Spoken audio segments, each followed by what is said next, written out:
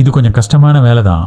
கோபப்படாமல் அமைதியாக இருக்கிறது, அதே மாதிரி ஒருத்தர் மேலே வெறுப்பு காட்டாமல் விலகி போயிடுறது, ஆகியூ பண்ணாமல், அதாவது தேவையில்லாத ஆகியூ பண்ணாமல் சரி அப்படின்னு சொல்லி ஒத்துக்கிட்டு பேசாமல் இருக்கிறது.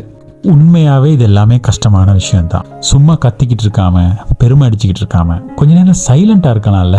ஆனால் இந்த சைலண்ட்டை தேர்ந்தெடுக்கிறதுக்கு நமக்கு நிறைய வலிமை வேணும், பலம் வேணும், மனசு ரொம்ப ஸ்ட்ராங்காக இருக்கணும். அப்படி செஞ்ச மாதிரி தான் நமக்கு கோபம் வராது, ஒரு அண்டர்ஸ்டாண்டிங் ஒன்று வந்துடும். ஸோ அதனால நம்மளுடைய பலத்தையும் நம்மளுடைய அந்த சைலண்ட்டையும் நம்ம காத்துக்கணும்.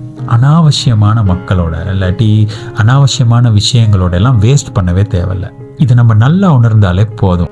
நான் விலகி போனால் அதோட அர்த்தம் வந்து நான் பலவீனமாக இருக்கேன் அப்படிங்கிறது இல்லை. இப்போ நான் உணர ஆரம்பிச்சிட்டேன், வளர்ந்துட்டேன் அப்படின்னு சொல்லி அர்த்தங்க. இருந்த லெவலை விட நான் இன்னொரு நிலைமை மேலே போயிட்டேன் அப்படின்னு தான் அர்த்தம் அது. அப்போ நீங்கள் ஞாபகம் வச்சுக்க வேண்டியது ஒரு விஷயம் தான், ஏன்னா நான் அமைதியாக இருக்கணும்னு டிசைட் பண்ணியிருக்கேன். நம்ம எல்லாத்தையுமே சரி அப்படின்னு சொல்லி ப்ரூவ் பண்ண வேண்டிய அவசியம் இல்லையே. எல்லாரோடையும் ஆர்கியூ பண்ணி நம்ம சும்மா நம்மளுடைய டைமையும் நம்மளுடைய பவரையும் வேஸ்ட் பண்ண வேண்டிய அர்த்தமே கிடையாது.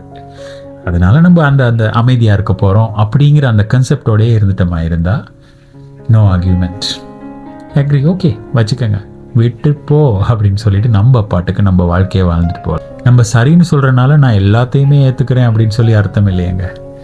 நம்ம சரின்னு சொல்கிறனால ஒரு ஜென்டில் ரிப்ளை ஒன்று கொடுக்குறோம், அவ்வளோதான். அனாவசியமாக நம்ம வீணாக ஏங்க நம்மளுடைய சக்தி, நம்மளுடைய பலம் இல்லாட்டி நம்மளுடைய இந்த அமைதியான லைஃப்பை அனாவசியமானவங்களோட ஆர்கியூ பண்ணி வேஸ்ட் பண்ணணும்? யோசிச்சு பாருங்கள். So better to be silent. அதனால நல்லா நம்ம படிச்சுக்க வேண்டிய ஒரு விஷயம்தான், my action will speak, not my words. என்னுடைய மனசுக்கு என்ன முக்கியம்னு படுதோ அதை ஃபோக்கஸ் பண்ணி வாழ்ந்தாலே போதும்ல.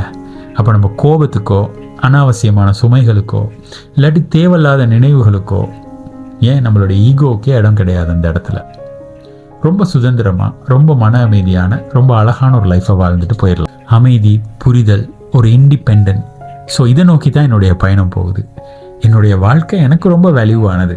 ஸோ அதை புரிஞ்சு நான் வாழ்ந்தனாலே போதும். நான் இன்னும் முழுமையான ஆள்லாம் கிடையாதுல்ல, இப்போ தான் ஒவ்வொரு அடியாக எடுத்து வச்சிட்டு இருக்கேன். அதில் இந்த சைலண்ட் என்னுடைய ஒரு ஸ்டெப். That's it.